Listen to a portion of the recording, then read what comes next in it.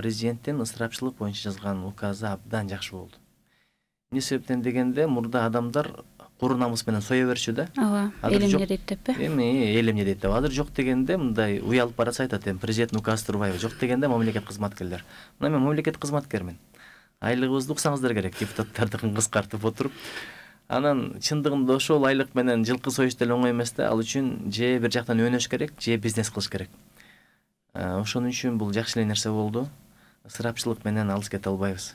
Биз кымбатчылыктан кыйналган жокпуз, биз ысырапчылыктан кыйналып атабыз. Байкадыңызбы? Ошону мага бир Каракылжалык Садык деген аксакал айтты. Ошон үчүн президенттин бул указы абдан актуалдуу. Көпчүлүккө жагып атат, бирок эми аткарышта калды. Биз мыйзамдарды чыгарып беребиз, бирок аткарбаган жагыбыз бар да. Ошо аткарып үйрөнсөк жакшы болот эле. Мындай эл аралаганды жакшы көрсөңүз керек, элдер менен маектешкендичи. Негизи кайсы учурда мындай рахат аласыз өзүңүз? Мындай көптү көргөн, көптү билген адамдарды сүйлөтүп койсоң, сонун сөздөрдү аласың да. Мисалы, бир 7 өгүздүк апанын мага сөз жакты. Жаман сөздөн жармадай жук калат. Мен мындай сөздү мурда уккан эмесмин. Анан айттым да, мен мындай сөздү уккан эмесмин десем, сүйлөп атып эле асман ала, жер чала деп койду да, мындай. Укмуш сөздөрдү биле деген. Анан кечээ бир Алтынбек деген комуз менен ырдаган инибиз бар экен. Ошону менен радио рингке чыгып калдык.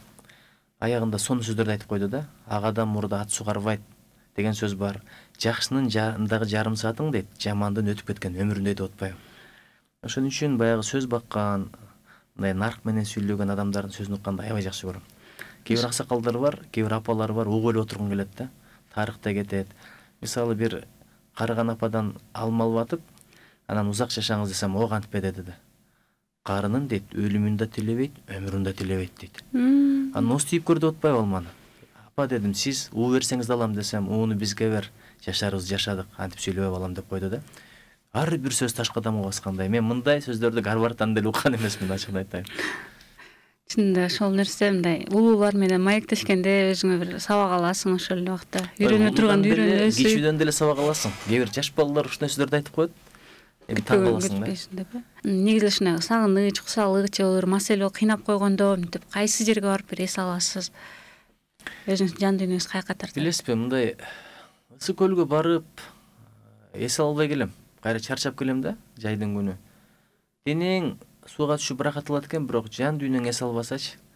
Ошон үчүн жүрөк бепил болсо, баягы ой жүгүрткөндө, бир пайдалуу иш кылганда, бирөөнүн көңүлүн көтөргөндө, бир муктаждын керегине жараганда, же жаратканды эстегенде, ибадат кылганда, кээде бир тобо келтиргенде, шүгүр келтиргенде жүрөк кадимкидей эс алат. Байкасаңыз. Ошон үчүн эс алуу ошол да. Ошон үчүн үйүңдө дагы ушундай бир аура болсун. Эмнеге дейт, мечит медреселерде барсаң рахат аласың. Себеби ал жерде ушак сөз айтылбайт экен, адамдар урушпайт экен, биринин көңүлүн бири оорутпайт экен, дүйнө сөз сүйлөнбөйт экен, разборка жок, кажаңдашуу жок, жалаң ибадат, китеп окуу, таалим тарбия, зикир, пикир дегендейчи. Ошол амалыңа жараша аураң болот экен да. Мен ушу күлкү тартуулаган, жылмаюу тартуулаган, көңүлдүн көтөрүлүшүнө себеп болгон адамдар болсок, жакшы ойлоно берсең, сенден баягы вибрация толкун болуп, жакшы энергетика чыга берет экен да. Көп учурда мына кек сактап, өч сактап, бөлөргө капа болуп таарынып, бөйрөктөгү таш бар го, көбүнесе ошондон пайда болот дейт да. Өпкөнүн ооруганы, жүрөктүн ооруганы. Ошон үчүн мындай кечирип, күлүп жайнап, өмүр аз эле, бирөөлөрдүн көңүлүн көтөрүп, ооругандардан кабар алып дегендей жашаса, балким ошол эс алууга ошол жакшы. Ойлор таза болсо, бардык нерсе ишке ашат. Таза болбойсоң, жашооң деле таза болбойт да. Оюң дайым сен менен. Ойлорубуз тазалап, бүгүн да бир нерсени угуп калдым. Ой менен көп нерсеге жетишсе болот депчи. Жакшы нерселерди ойлой берсе, баары ишке ашат деп. Мен Япон керемет сырын жазбадым беле. Фудзиямага биринчи оюм барган, 20 канча жылдан кийин боюм барды депчи. Ой барган жерге бой барат. Анан мисалы азыр Илон Маск деген Марска учуруп атабы спутникти. Айланан биринчи ою кетти да. Мына сотка. Мындан 20 жыл мурда ушундай сотка болот десе, ошол адамды башка таш менен бир койсор эле келесиң, эмне деп атасың депчи. Ошентип отуруп алып туруп, WhatsApp'тан сүйлөшөсүң десе.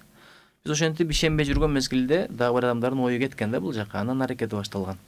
Ошон үчүн ой чабыты кенен болсун дейт. Мына ыймандуу адамда биринчи ишеними түз болсун дейт, экинчи денеси бакубат болсун, үчүнчү ой чабыты кенен болсун деген ошол. Анан кийин кечиримдүү, айкөл, берешен бол дейт. Анан убакытты туура пайдалан дейт. Ушул 5 принцип менен жашаган адамда жашоосунда береке, жакшылык, эки дүйнө бактысы болот дегенди угуп калдым. Бирок ошону сиз да карманасыз. 5 принципти. Эми аракет кылабыз. Эми сөзүбүз менен ишибизди ал келишин Жараткандан да тилейбиз. Анан бирок ушу жакшы нерсени айта бериш керек. Баягы өзүм кылбайм деп айта берсең, ошол сыпат өзүңө келет экен да. Бирөөгө акыл айтканды ойлойбуз да, биз бирөөгө акыл айтып атабыз деп. Жок. Мен баягы балдарга, жаштарга айтып атканда биринчи өзүмө кайрылам. Андайым айтам, өзүмдүн жүрөгүм, өзүмдүн кулагым, өзүмдүн мээм өзүмө жакыныраак. Ошолорду айтканда өзүңө да тарбия келет да. Тарбия деп калдыңыз. Эң жакшы мурас бул тарбия дейт да. Анан өзүбүздү тарбияласак, балдарды тарбиялаган болобуз деп. Негизи тарбия деп ахлак жаатына бир ырларыңыз болсо, эсиңизде бар болгон болсо. Эми ырларым тарбия жаатында көп эле, бирок азыр жатка айта аламбы, айта албаймбы? Мисалы, ааламга берген манасты, ардактайм асыл таласты, жаштыктын шаары Жалал-Абад, жаркырап гүлүн жаңачты. Өзүмдүн көрөм үйүмдөй, өзөн бир барбы чүйүмдөй, көргөндү көркөм нарынды, көңүлүм койбойт сүйүнбөй. Ырыска толгон жер бети, ысык көл кыргыз бермеди, борборлордун ичинен Бишкекке жоктур теңдеши. От болуп сүйүм жалындай, ошумду көрөм жанымдай, ырдаймын дүйнө, жар салып ырыска бүткөн багымдай. Кааларым сага бак менин, кагылам сенден баткеним, кулпура берсин өрүкзар, кубатка толуп жаш демиң. Эми бул балким мекенди сүй деп айткандан көрө мекендин атын атса от сүйүнөт да. Бир мекенге болгон сый урматка, сүйүүгө тарбиялайбы деген ниетте жазылган ырлардан болсо керек. Дайыма эсиңизде жүрөт. Анан мурдакы бир берүүбүзгө келгенде ошо котормо боюнча да сөз бердик эле. Негизи эле ошо котормолорубуз кандай болот? Негизи эле котормого кызыгуу барбы же ал дагы убакыт алган үчүн ага кирише элексизби? Ой, ошол болду. Мен бир учурда бир орустардын белгилүү бир ырчысынын ырын которуп көргөмүн. Все ушли даже мама дегенчи. Анан баары кетти апам дагы деп которгон эмесимде бар да. Таң эртеңден ак жаан жайыт, бүгүн менен турмушка аттанып, сүйгөн кызым баратат дегенди кыргызча которуп көргөмүн. Анан ошондой бир кызыгуу пайда болгон. Негизи котормо билесизби, адамды аябай өстүрөт. Сөз байлыкты, ой жүгүртүүнү, анан ошол котормонун ээси болгон элди тааныш үчүн бул өтө маанилүү. Котормо анан убакытты да алса керек, бирок эң минус жагы ошол болсо керек, Убакыт алат, бирок мындан да рахат алгандар бар да. Кубанычбек Басылбеков деген агайыбыз бар. Либону да которот, Шото Руставелин да которот, Фирдаусини да которот, Саадини да которот, эми укмуш которгондо дагычы. Анан Раматылык Эрнис Асек уулу деген болгон. Эми укмуш котормочу болчу да. Аябай. Жанагы Ашым Жакыпбеков, Айтматов катарымдай чоң деңгээлде которгон ошо киши болгон да. Кыргыз тилинде агай чалып эч ким которгон эмес деп айтып калышат го. Аман Токтогуловду караңыз. Аман Токтогулов мына Түгөлбай Казаков агабыздын бир тууган агасы болгон. Кандай деңгээлде которгон да. Мисалы, мен Дагестаным деген Расул Хамзатовду которгон ошол киши болуш керек эле. Жолборс терсин жамынган батырды кандай которгон болсо, ошол эле Чалык ошону түрктөрдүн чыгармасын ким которгон, бирок абдан сонун деңгээлде которгон.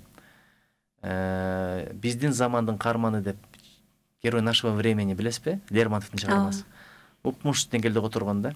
Ошолорго кантип ыраазы болбойсуң? Мен орусчаны кийин эле үйрөнбөдүмбү? Айылдан чоңойгондуктан ошолор болсо мен дүйнөлүк адабият менен кантип таанышат элем. Сиз дагы буюрса бар экен да келечекте котормого. Сиздикинен Япон элиникинен күтөбүз да, биз сизге жакыныраак, алар менен жашап жүрдүңүз дегендейчи. Эми архатты которду орусчага, бирок кандай деңгээлде которду билбейм да. Мага муну жанагы Сервантестин Дон Кихот бар го. Ошону орусчага которгон, орусчасы укмуш. Ойлойм, орусчасындай болсо оригинал ушундан кандай болду экен депчи. Ошондой котормоштор өткөн. Негизи эле сизден ошо японча билесиз да. Ошол оркунан негизи күтсөк болобу дегеним да. Эми япончону бир тойло унутуп баратам. Анан япон тили аябай татаал тил.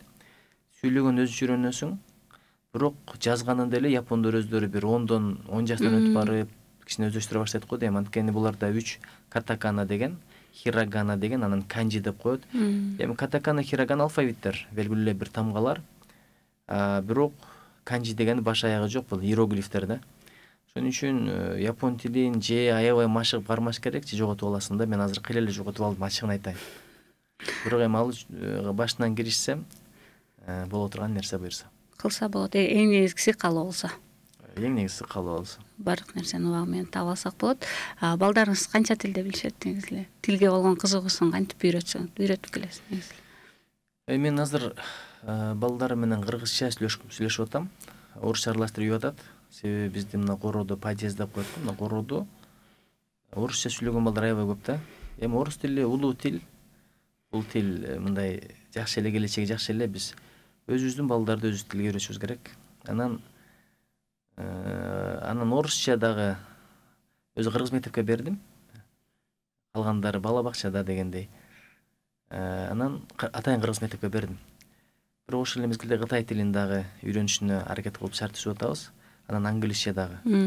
Кызыктырып, кээде англисче сүйлөп койсоң, балага ошол деле мотивация экен да. Тиешип, Darling, I love you so much, I appreciate your treat to me дегендей мындай дегендерди айтсаң, англисче деле комплимент айтсаң түшүнбөсө делечи, кадимкидей адам сезет экен да. Мындай жан дүйнөсү сезет экен. You're the best girl ever I have seen деген сөздөрдү айтып берсеңчи. Анан эми Кудайдан тилейбиз, аракет кылабыз. Өзүнүн эне тилин ушунчалык жакшы деңгээлде билсин, башка тилдерди дагы жакшы үйрөнсүн деп тилек кылабыз. Негизи тил үйрөнүүдө кандай кеңеш берет элеңиз? Кантип тез өздөштүрсө болот? Эми көбүрөөк практика. Баягы сууда сүзгөндү үйрөнүш үчүн бассейндин четинде 1-2 деп көнүгүү кыла бергенден пайда жок да. Сууга бир секириш керек да. Бирок чөгүп кетпегендей жерге. Ошол сыяктуу муну мага Бакыт Бешимов деген устатым айткан. Бала кезде, студент кезинде. Анан экинчи мындай ойноп, рахаттанып үйрөнгөн жакшы да, жаттап, кыжылат болбойчу. Мисалы, мен японча гамбаримас деген сөздү бир эле эстеп, угуп эстеп калгам. Неге дегенде, ассоциация кылып салыштырасың да. Неге мисалы караң, гамбари. Гамбари деген ошо мезгилде мен тышкы иштер министрлигинде иштейт элем. Бириккен Улуттар уюмунун генералдык катчысынын орун басары болчу. Ошого тез жеттим. Анан гамбари бизге келип кеткен. Анан гамбари мас болуп калыптыр дегенди күлүп эле жаттап алгам да. А гамбари мас деген мындай адамды аябай шыктандырган сөз япондорду. Штурка вперед, давай, алга дегендейчи. Ошон үчүн мындай салыштырып үйрөнсөң, аябай жеңил болот да. Мисалы, түрктөрдүн аялдама дегенде дурак деген сөз да.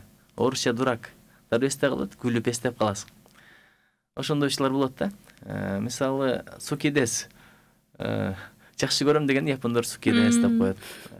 Иро осевани наримашта. Мындай кыргыз сөздөрүнө окшоп эле анан кийин бат-бат эле жаттап алган аракет кылам да.